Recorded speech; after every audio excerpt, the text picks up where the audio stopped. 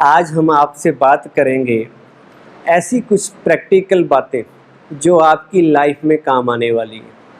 आप में से कौन कौन अपनी लाइफ में कुछ बनना चाहते हैं, कुछ करके दिखाना चाहते हैं, सक्सेसफुल होना चाहते हैं? Please raise your hands. Very good, सभी हाथ खड़ा कर रहे हैं। मैं समझता हूँ कि आप सब जीवन में कुछ ना कुछ करके दिखाना चाहते हैं। अब लाइफ में वही कुछ कर सकते हैं जिनके जीवन में फोकस्ड एटीट्यूड हो। फोकस्ड एटीट्यूड मतलब नज़र निशाने पे हो। जिनको हमेशा अर्जुन को जैसे क्या दिखाई देता था? चिड़िया की आँख। सुनिए ना कहानी, अर्जुन की कहानी सुनी है? 5 पांडव थे, सुनी है कहानी? उन 5 पांडव के गुरु थे गुरु द्रोणाचार्य। वो उनकी प्रैक्टिकल एग्ज़ाम ले रहे थे कि कितना इनको आता है, धनुष बाण चलाना कितना आता है, धनुर्विद्या में कितने माहिर बने हैं। तो सब पांडवों को, कौरवों को बुलाया गया, कहा गया धनुष लो और देखो ऊपर क्या दिखाई दे रहा है। पेड़ के नीचे थे सब। तो कोई कहे जी मेरे को पेड़ नज़र आ रहा है, कोई कहे मेरे को पत्ते नज़र आ रहे हैं, कोई कहे टहनियाँ नज़र आ रही हैं। एक ने कहा जी पत्ते भी नज़र आ रहे हैं और आसमान भी दिख रहा है। फिर अर्जुन का नंबर आया, उनसे पूछा तुम्हें क्या नज़र आ रहा है? उसने कहा गुरुजी मुझे केवल चिड़िया की आँख नज़र आ रही है जहाँ मैंने बाण चलाना है। तो कौन पास हुआ? अर्जुन पास हो गया।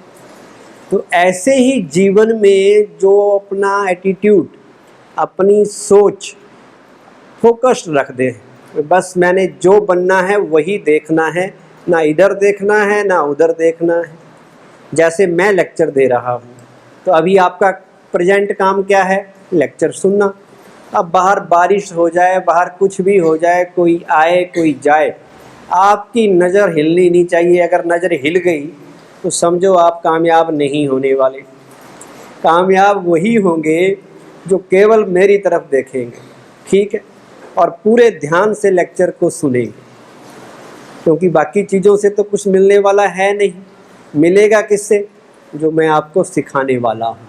तो कामयाब होने के लिए, सक्सेसफुल होने के लिए सबसे पहली शर्त क्या है, पहली कंडीशन क्या है? अगर वो ना हो तो हम कभी भी कामयाब नहीं हो सकते। बताएंगे कोई गर्ल्स? सबसे पहला इंग्रेडिएंट, सबसे इम्पोर्टेंट कंपोनेंट ऑफ सक्सेस, बताइए। Hard work. वन और बताइए। हार्ड वर्क भी तब करेंगे कि हार्ड वर्क करना कहाँ पर है ये भी पता हो।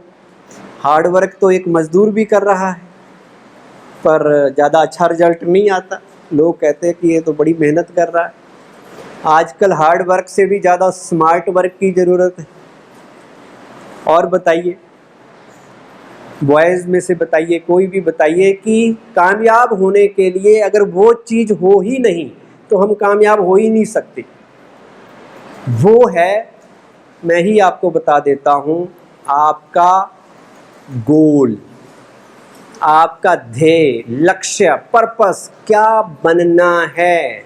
ज़्यादातर बच्चे यही डिसाइड नहीं कर पाते पूरी उम्र कि उन्हें करना क्या है जीवन में।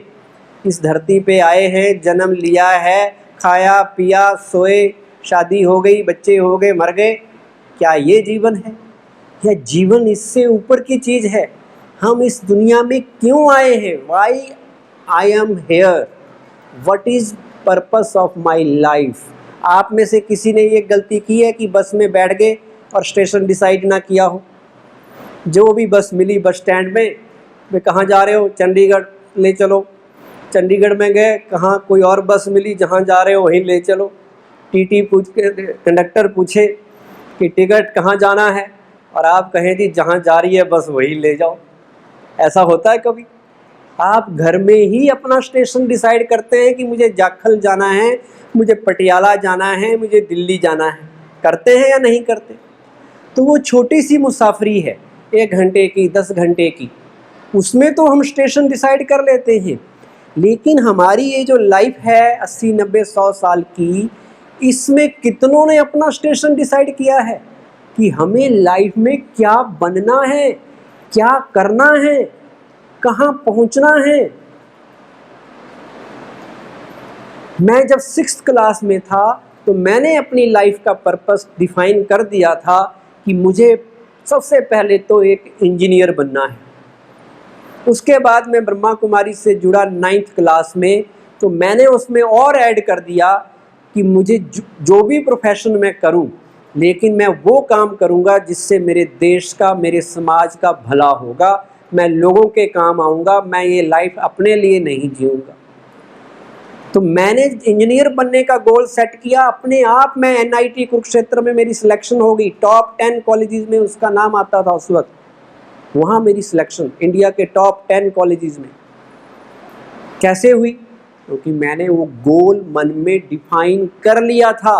आपका 50% काम तभी पूरा हो जाता है जब आप गोल डिसाइड कर लेते हैं। एक बार हार्वर्ड यूनिवर्सिटी में ये रिसर्च हुई कि जो लोग कामयाब हुए उनकी क्या खासियत थी, तो उनके ऊपर सर्वे किया गया तो पता चला जो ज़्यादा कामयाब हुए थे, एक जैसी एजुकेशन, एक जैसा बैकग्राउंड, सब कुछ एक जैसा था, लेकिन कामयाब केवल 5% हुए हाईली सक्सेसफुल। 30% सक्सेसफुल थे और बाकी के जो रह गए 65% वो अनसक्सेसफुल थे। तो वो अनसक्सेसफुल क्यों रहे? तो पता चला उन्होंने अपनी लाइफ का गोल ही सेट नहीं किया था कि करना क्या है, बनना क्या है, कहाँ पहुँचना है। और जो सक्सेसफुल हुए कितने परसेंट? 30% मान लो। वो इसलिए सक्सेसफुल हुए कि उन्होंने अपनी लाइफ का पर्पस डिफाइन कर रखा था।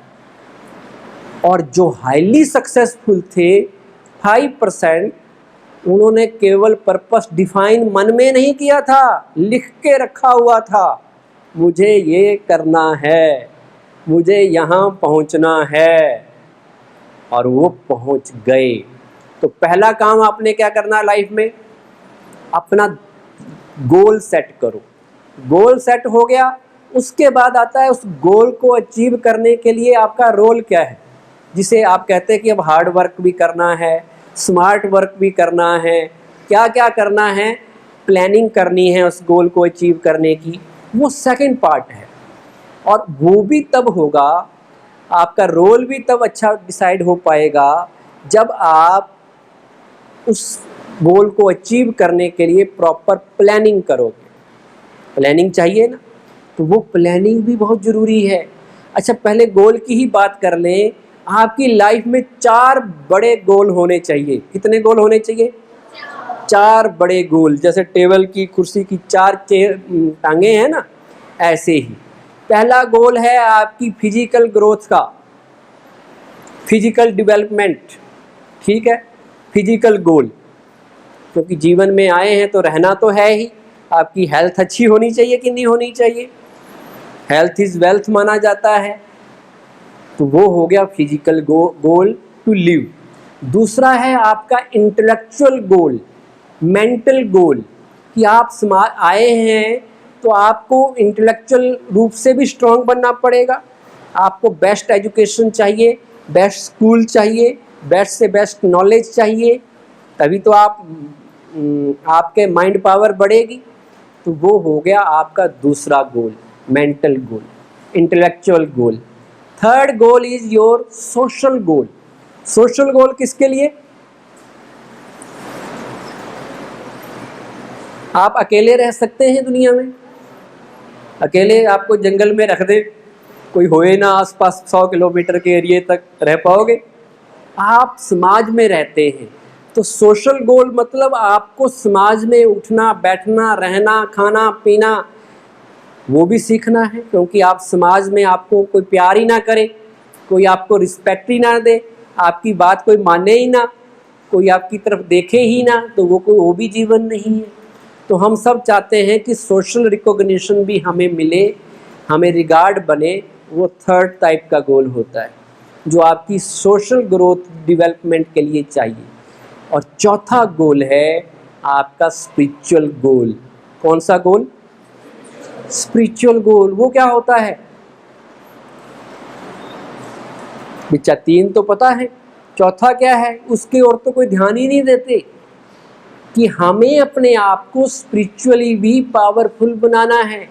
हम सब, ये बॉडी नहीं है, बॉडी हमारा इंस्ट्रूमेंट है, लेकिन इस बॉडी को ऑपरेट करने वाली एक सोल है जो हमारी बॉडी में रहती है नहीं रहती? तो हम बॉडी नहीं, बॉडी को ऑपरेट करने वाली एक सोल है, एक एनर्जी है जो आँखों के द्वारा देख रही है, हाथों के द्वारा काम कर रही है, मुख के द्वारा बोल रही है। वो एनर्जी जिसे हम आत्मा, रूह या सोल कहते हैं, उसकी ग्रोथ के लिए क्या कर रहे हैं, उसकी डेवलपमेंट के लिए क्या कर रहे हैं? और उसकी ग्रोथ होती है 7 वैल्यूज़ की ग्रोथ से। शांति, प्रेम, खुशी, आनंद, शक्ति, ज्ञान और प्योरिटी, पवित्रता। ये 7 कोर वैल्यूज़ है आत्मा की। इनको अपने अंदर अगर हम लाते हैं तो इसका मतलब क्या हुआ कि हम स्पिरिचुअली स्ट्रांग हो गए। स्पिरिचुअली स्ट्रांग होने का मतलब ये नहीं है कि हमने कोई बड़े मंदिर में चले गए, गुरुद्वारे में चले गए, हर रोज़ पाठ भी कर लिया, लेकिन लड़ाई भी कर लेते हैं, तो वो ग्रोथ नहीं हुई। ग्रोथ का मतलब है हम प्यार से रहते हैं, बड़ों की इज्जत करते हैं, छोटों का ध्यान रखते हैं, वही हुआ ना स्पिरिचुअल ग्रोथ।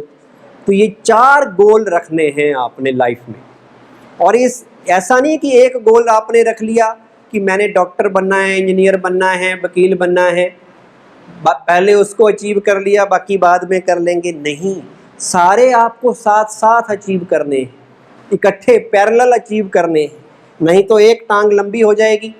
मान लो आप डॉक्टर बन गए, डॉक्टर तो बन गए, पर अच्छे डॉक्टर अगर नहीं बने तो क्या होगा?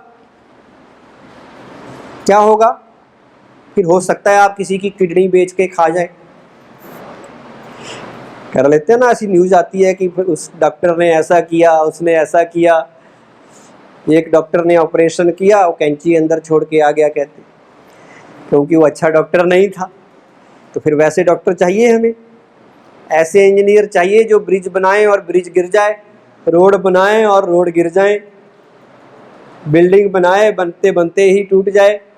तो उससे तो हमारे मिस्त्री अच्छे हैं, हमें इंजीनियर की ज़रूरत ही नहीं है। क्यों? तो हमें वो नहीं बनना है।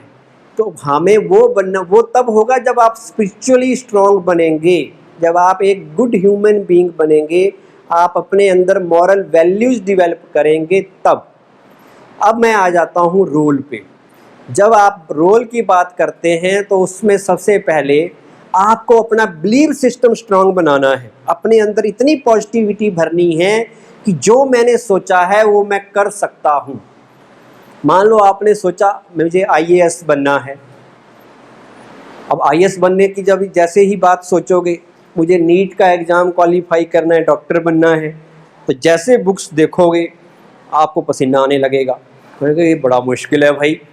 किसी को बताएंगे, वो कहेंगे शक्ल देख अपनी, वो भी आपको डिमोरलाइज कर सकता है।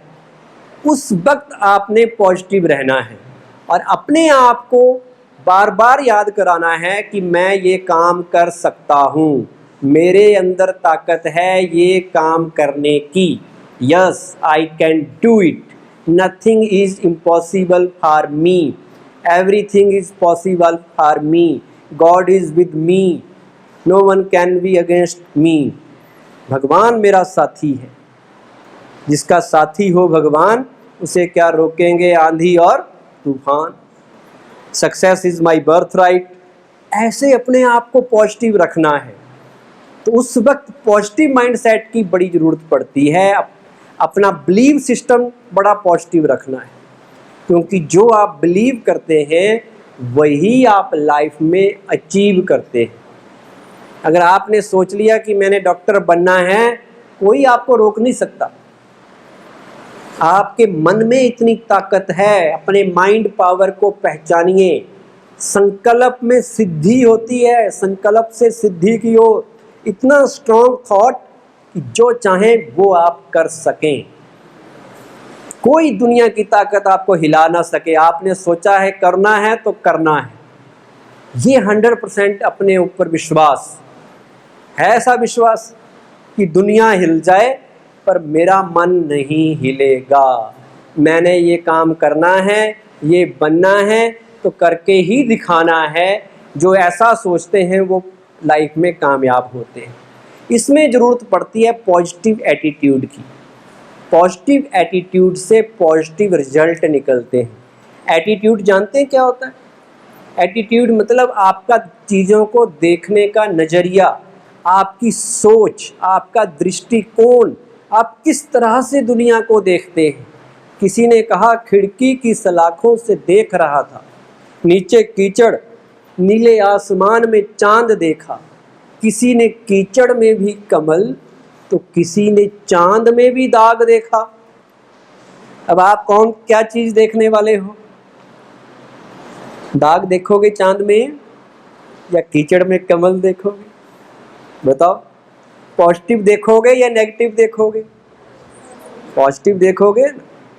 आपके सामने मान लो मैं गिलास ले आऊं पानी का, वो आधा गिलास हो तो आप क्या कहेंगे? आधा गिलास खाली है या आधा गिलास भरा है? हाँ, पॉजिटिव वाला कहेगा कि आधा भरा है भाई, पी लो पानी। और जो नेगेटिव वाला होगा वो कहेगा आधा गिलास खाली दे दिया मुझे, मैं नहीं पीता। और जो सुपर पॉजिटिव होगा वो कहेगा पूरा का पूरा गिलास पानी से हवा भरा हुआ है। किस चीज़ से? कुछ पानी से, कुछ हवा से। वो भरी हुई चीज़ देखेगा, वो खाली चीज़ नहीं देखेगा, वो बुराई नहीं देखेगा। वो बुराई में भी क्या ढूंढ लेगा? अच्छाई ढूंढ लेगा। एक बार एक स्कूल में, मेडिकल कॉलेज में, प्रोफेसर साहब बच्चों को पढ़ा रहे थे, शराब के नुकसान बता रहे थे कि शराब नहीं पीनी चाहिए, अल्कोहल बहुत डेंजरस है, हार्मफुल है हमारी सेहत के लिए। तो उन्होंने सोचा कि बच्चों को प्रैक्टिकल करके बताते हैं, कुछ डेमोस्ट्रेट करते हैं। उन्होंने एक खाली गिलास मंगवाया, 2 गिलास मंगवाए, एक में पानी भर दिया और एक में शराब डाल दी। क्या डाल दी? शराब। वैसे शराब का नाम लेना नहीं चाहिए, फिर भी ले रहे हैं क्योंकि बताना पड़ेगा ना आपको। अब एक कीड़ा मंगवाया, उस कीड़े को पहले पानी की गिलास में डाल दिया गया, तो जैसे पानी के गिलास में डाला उसे कुछ भी नहीं हुआ, जैसे था वैसा ही रहा, उसने पानी पी लिया। अब उसको शराब के गिलास में डाल दिया गया, तो जैसे ही शराब के गिलास में डाला तो पहले तो वो झूमने लगा, नाचने लगा। थोड़ी देर बाद वो डिसइंटीग्रेट हो गया, टुकड़े टुकड़े होकर मर गया। तो प्रोफेसर साहब ने कहा बच्चों बताओ, what is the outcome of this experiment, what is the moral of the story.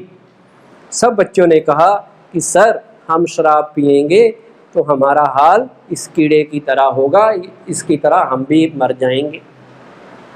लेकिन एक बच्चा पीछे बैठा हुआ था, वो कहता सर मैं बताता हूँ। कहते तुम बताओ। अब वो अपने घर में पिताजी के साथ कभी कभी पैग लगा लेता था, घर में वैसा ही माहौल था। वो कहता सर मैं बताता हूँ क्या इससे शिक्षा मिली। कहते बताओ। कहता सर अगर हम शराब पिएंगे तो हमारे सारे पेट के कीड़े मर जाएंगे। तो बताओ ये पॉजिटिव एटीट्यूड हुआ या नेगेटिव? ये नेगेटिव एटीट्यूड हुआ। अच्छा, एक मंदिर बन रहा था कहीं पर। क्या बन रहा था? मंदिर में 3 मजदूर पत्थर तोड़ रहे थे। तो पहले मजदूर से हमने पूछा क्या कर रहे हो? कहता दिखाई नहीं देता, किस्मत के पत्थर तोड़ रहा हूँ। बड़ा दुखी था बेचारा, गर्मी के मौसम में पत्थर तोड़ना मेहनत वाला काम है, इसलिए वो बड़ा इरिटेट होके बोला। दूसरे से पूछा तुम क्या कर रहे हो? कहता जी बाबूजी पेट भरने के लिए रोजी रोटी का काम कर रहे हैं। तीसरे से पूछा तुम क्या कर रहे हो? वो बड़ा खुश था, खुशी खुशी तोड़ रहा था। कहता जी रोजी रोटी के लिए तो रोज काम करते हैं, धन्य हैं ये हाथ कि आज भगवान का मंदिर बना रहे हैं। तो वो खुश था। क्यों खुश था? क्योंकि उसकी सोच पॉजिटिव वाली थी कि मैं अच्छा काम कर रहा हूँ, ये कोई टाइम पास नहीं है, ये कोई नौकरी नहीं है, मैं तो मंदिर बना रहा हूँ, मैं तो गुरुद्वारा बना रहा हूँ। इसलिए वो हैप्पी था। तो हैप्पीनेस का क्या फार्मूला है? अपनी सोच अच्छी रखिए। अगर आपकी सोच अच्छी है तो आप हार से भी जीत ढूंढ लेंगे। क्या ढूंढ लेंगे? हार से जीत। हारते हारते भी आप कहेंगे कि मैं हारा नहीं हूँ, मैं जीत, असली जीत मेरी ही हुई है। कर सकते हैं ऐसा? तो ये जीवन हमें जीना है, कभी नेगेटिव नहीं होना है, हर चीज़ के लिए पॉजिटिव। मैं कर सकता हूँ, मेरे अंदर शक्ति है, भगवान मेरा साथी है। ये हुआ पड़ा है, एक होता है होगा, एक है हुआ पड़ा है, एक है डॉक्टर बनूंगा, एक है डॉक्टर बनना ही है, मैं नहीं बनूंगा तो कौन बनेगा। ये माइंडसेट जिसका होता है वो लाइफ में आगे बढ़ता है। जो आपने बनना है ज़्यादा से ज़्यादा उसके बारे में सोचना है। एक फार्मूला और याद रख लो, क्योंकि जिसके बारे में आप ज़्यादा से ज़्यादा सोचते हैं, ज़्यादा से ज़्यादा स्टडी करते हैं, ज़्यादा से ज़्यादा उसके ऊपर डिस्कशन करते हैं, वो चीज़ एक दिन आपकी मुट्ठी में आ जाती है, वो चीज़ आपकी अपनी हो जाती है। क्योंकि हमारा मन उसको डायरेक्ट इनडायरेक्ट रूप से अट्रैक्ट कर रहा होता है। क्या कर रहा होता है? अट्रैक्ट करता है। और वो अट्रैक्ट होती हैं वो चीज़ें आपके जीवन में तब जब उनकी इमेजेस, उनकी पिक्चर्स आप अपने मन में डालते हैं। आपने डॉक्टर बनना है तो सोचने से नहीं होगा, डॉक्टर की पिक्चर डालनी पड़ेगी। आपका सबकॉन्शियस माइंड ना तो पंजाबी समझता है, ना हिंदी समझता है, ना इंग्लिश समझता है, वो पिक्चर्स की लैंग्वेज समझता है। कौन सी लैंग्वेज समझता है?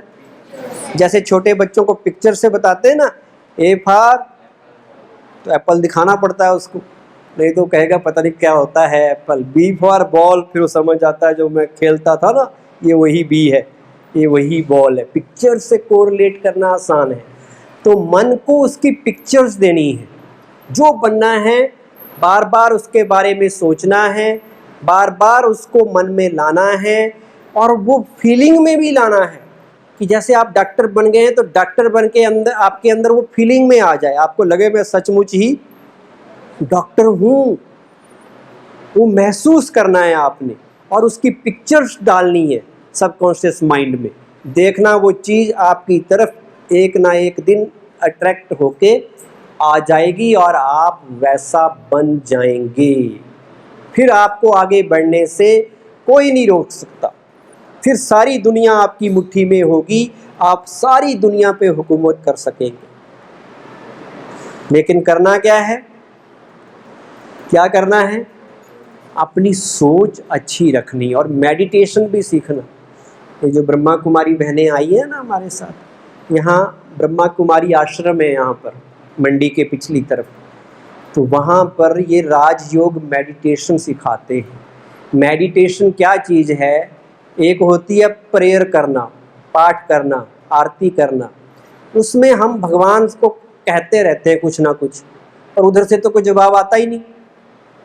अब आपका दोस्त आपसे बात करे, आप बोलते जाओ, दोस्त कुछ बोल लेना, तो मज़ा आएगा?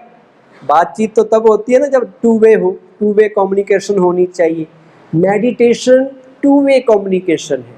आप भगवान से बात करेंगे, भगवान आपको रिप्लाई करेगा। तो वो कैसे करते हैं? भगवान को कैसे आप अपना फ्रेंड बना सकते हैं? आजकल फ्रेंडशिप का बड़ा रिवाज है। कई तो असली में फ्रेंड बनाते हैं, कई फेसबुक पे नकली भी बना लेते हैं। होते ना फेसबुक में फ्रेंड रिक्वेस्ट करो, आप जानते भी नहीं, तब भी आपके मेरे पास 5000 जुड़े हुए, मैं जानता ही नहीं कौन कौन है। आप रिक्वेस्ट भेजेंगे, मैं आपको भी बन जाऊंगा फ्रेंड, पर मुझे पता नहीं होगा कि आप कौन हैं। तो वो हो गए नकली फ्रेंड। एक होते हैं असली फ्रेंड। फ्रेंड के लिए कहते हैं friend in need is friend in deed. जो ज़रूरत के टाइम काम आए वही फ्रेंड है। तो वो खुदा को, उस वाहे गुरु को हम कहते हैं, तुम मात पिता हम बालक तेरे, त्वमेव माता अष्ट पिता त्वमेव, त्वमेव बंधुस सखा त्वमेव, तुम ही मेरे सब कुछ हो। तो वो हमारा पेरेंट भी है, तो फ्रेंड भी तो हो सकता है ना, बंधु भी हो सकता है, भाई भी हो सकता है। तो उसके साथ दोस्ती करना, दोस्त की तरह उसके साथ रहना, उससे बातें करना, उसे अपना सब कुछ बनाना, वही मेडिटेशन है। और जिसका दोस्त भगवान हो जाए उसे किसी चीज़ की कमी होगी? आपको कोई कह दे या आपका मोदी जी दोस्त बन जाए, आप कहेंगे, सारे स्कूल में रोब मारा करेंगे, मेरे जान पहचान मोदी जी से है, किसी को कोई काम हो बता देना, है ना। तो वो तो फिर भी दुनिया का एक छोटी सी पोस्ट है, एक देश की पोस्ट है, लेकिन भगवान तो सबसे ऊपर है, जिससे उसकी जान पहचान हो, जिससे उसकी दोस्ती हो, उसके साथ हमारा प्यारा सा रिलेशन हो, कितना अच्छा होगा। तो वो मेडिटेशन में आपने बैठ के बस मन ही मन अच्छा सोचना शुरू करना है और उससे बातें करनी शुरू करनी है भगवान के साथ। तो वो मेडिटेशन है। और वो जो भगवान है ना, भगवान हमारी तरह नहीं होता, याद रखना। जैसे हम बॉडी में हैं, हमारी आँखें हैं, कान हैं, पैर हैं, शरीर है, ऐसे भगवान शरीरधारी नहीं है। भगवान वो होता है जो शरीर ना जन्म में आता है ना मृत्यु को प्राप्त होता है, ना वो कर्म में आता है ना फल में आता है, ना सुख में आता है ना दुख में आता है। वो एक ऐसी एनर्जी है जैसी हमारी आत्मा एक एनर्जी है, आत्मा ज्योत स्वरूप है, ऐसे ही वो परमात्मा भी ज्योत स्वरूप है, लाइट है। इसलिए कहते हैं गॉड इज डिवाइन लाइट, ऐसा भी बाइबल में कहा गया है। तो वो ज्योत स्वरूप परमात्मा, उसको जब हम याद करेंगे तो फिर हम उससे हमें पावर मिलेगी अच्छाई पर चलने की और अपने गोल को अचीव करने की। ऐसे आप अकेले हैं तो एक, कितना भी काम कर लो आप एक ही रहेंगे, लेकिन अगर भगवान को साथ ले लिया तो आप कितने बन जाएंगे? 2 नहीं, ऐसे क्या होता है, 11 बन जाएंगे आप, एक और एक 11 हो जाएंगे, 111 भी हो सकते हैं, क्योंकि वो तो सर्वशक्तिवान है, उसकी शक्तियाँ सारी आपके साथ आ जाएंगी।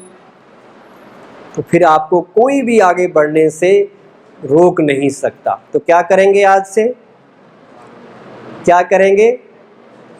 अच्छा सोचेंगे, सबके लिए अच्छा, हर एक से कुछ ना कुछ सीखना है लाइफ में। कोई चीज़ आपको रास्ते में मेंढक मिल जाए ना, उससे भी सीख लो कुछ, बारिश से सीख लो, पेड़ मिले उससे सीख लो, बंदे मिले उनसे तो कुछ ना कुछ सीख ही लेना है आपने।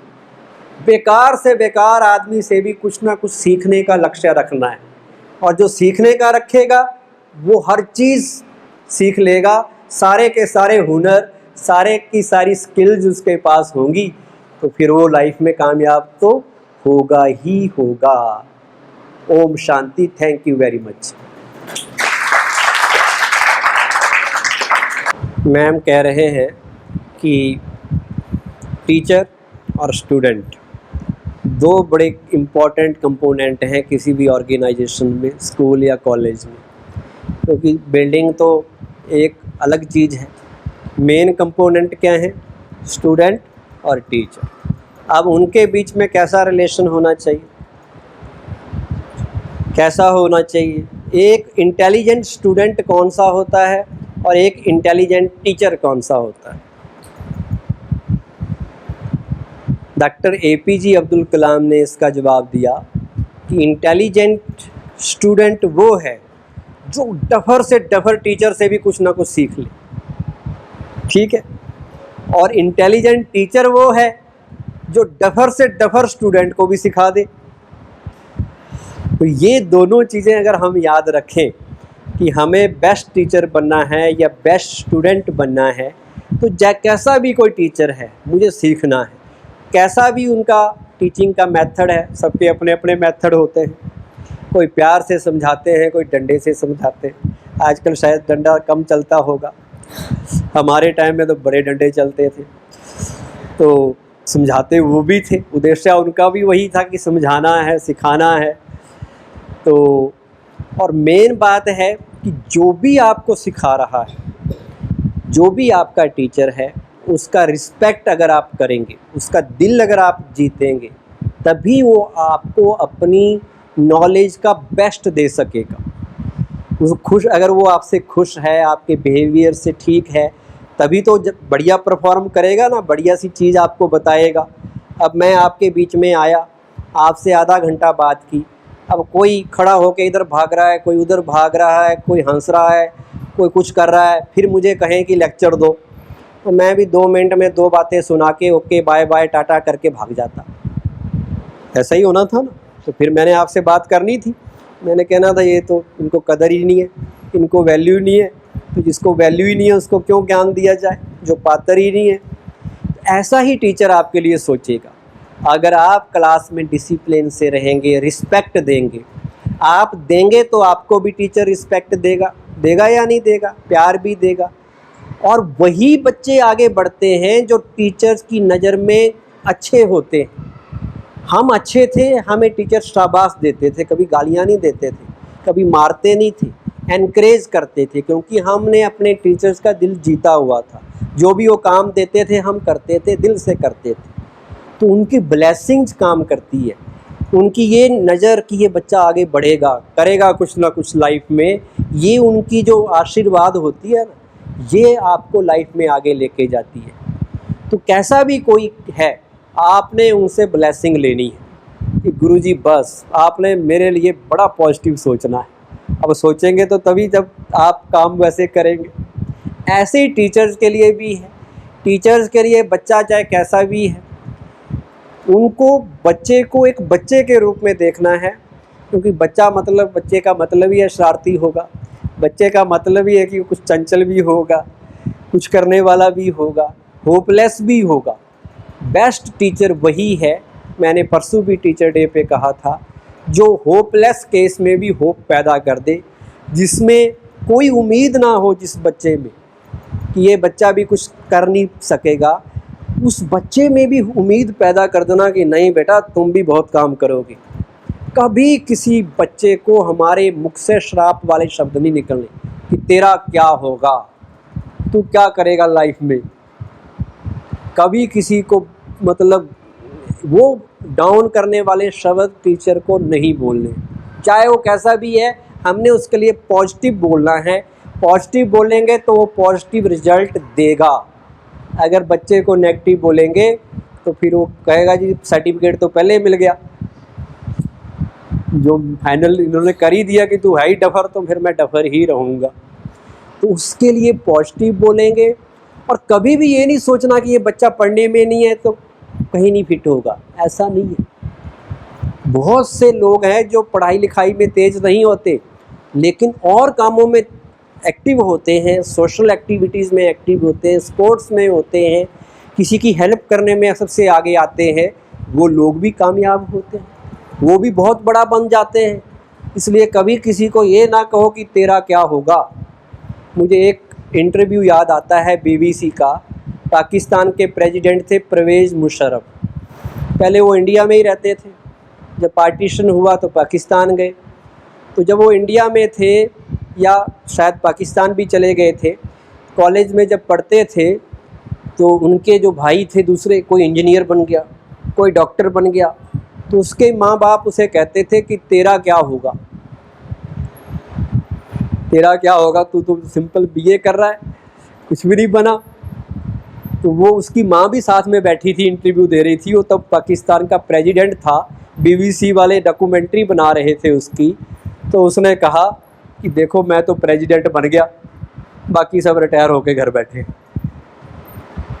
तो कोई व्यक्ति कहाँ पहुँच जाए कोई पता है किसी का, कहीं भी पहुँच जाते हैं। डॉक्टर अब्दुल कलाम अखबारें बेचता था, पैसे तक नहीं थे पढ़ने के, अपने बाप के साथ अखबारें घर घर डालता था, इतना बड़ा साइंटिस्ट बन गया। तो कोई भी व्यक्ति कुछ भी बन सकता है, बस भरोसा रखो, अपने टीचर्स की, अपनी पेरेंट्स की रिस्पेक्ट करो, ज़्यादा से ज़्यादा उनसे सीखने की कोशिश करो, आप आगे ज़रूर बढ़ेंगे। Thank you very much.